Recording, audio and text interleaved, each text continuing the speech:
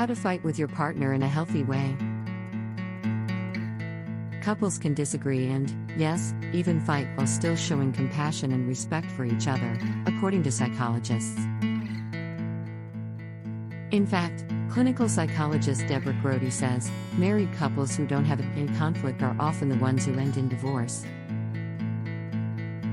That said, frequent heated and hurtful conflict is certainly not healthy or sustainable, either. If you want to navigate conflict with your partner in a healthier and more productive way, keep these things in mind during your next argument.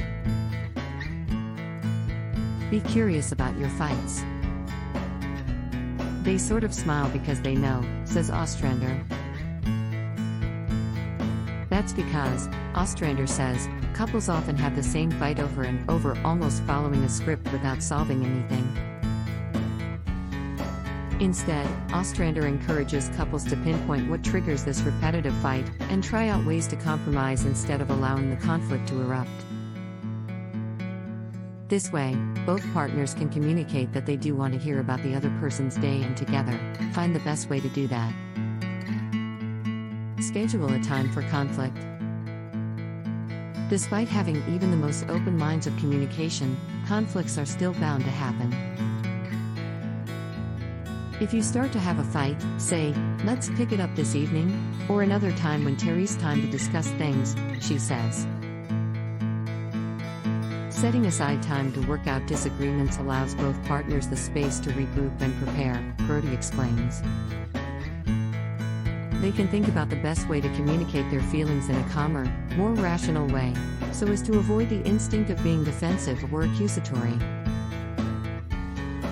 Call a timeout if you or your partner needs one. During an argument, it's common for one or both partners to enter fight, flight or freeze mode, according to Ostrander. Fight or flight refers to when stress hormones activate to give people more energy to either fight the stressor or run from the situation.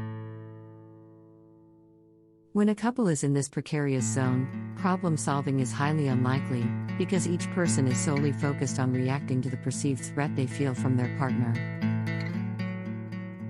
If you're really upset with someone and they're trying to problem solve, it can feel like they're not even listening, he says. And you can frame this time out in a way that doesn't make your partner feel like you're simply walking away.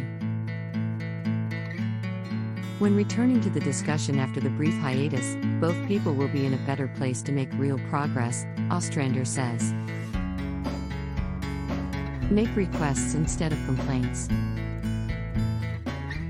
Rather than asking their partner to do something they'd like them to do, like cleaning up around the house, people jump to make accusations, according to Ostrander. Is more direct and respectful than putting your loved one down for his or her failure to meet your need, Ostrander says. Listen, and ask your partner for clarification. When the time comes to sit down and talk about solving conflicts, Grody says the most important thing couples can do is to listen without interrupting. Then, ask for clarification if there is something you don't quite understand. Asking, "What makes you feel like I'm not listening?" is a much more tactful way to address your partner's complaint than simply saying, "Well, I'm listening, so you should feel heard," Grody says. And of course, during any fight, insults and character assassinations should be avoided at all costs, according to Grody. Learn the right way to apologize to your partner.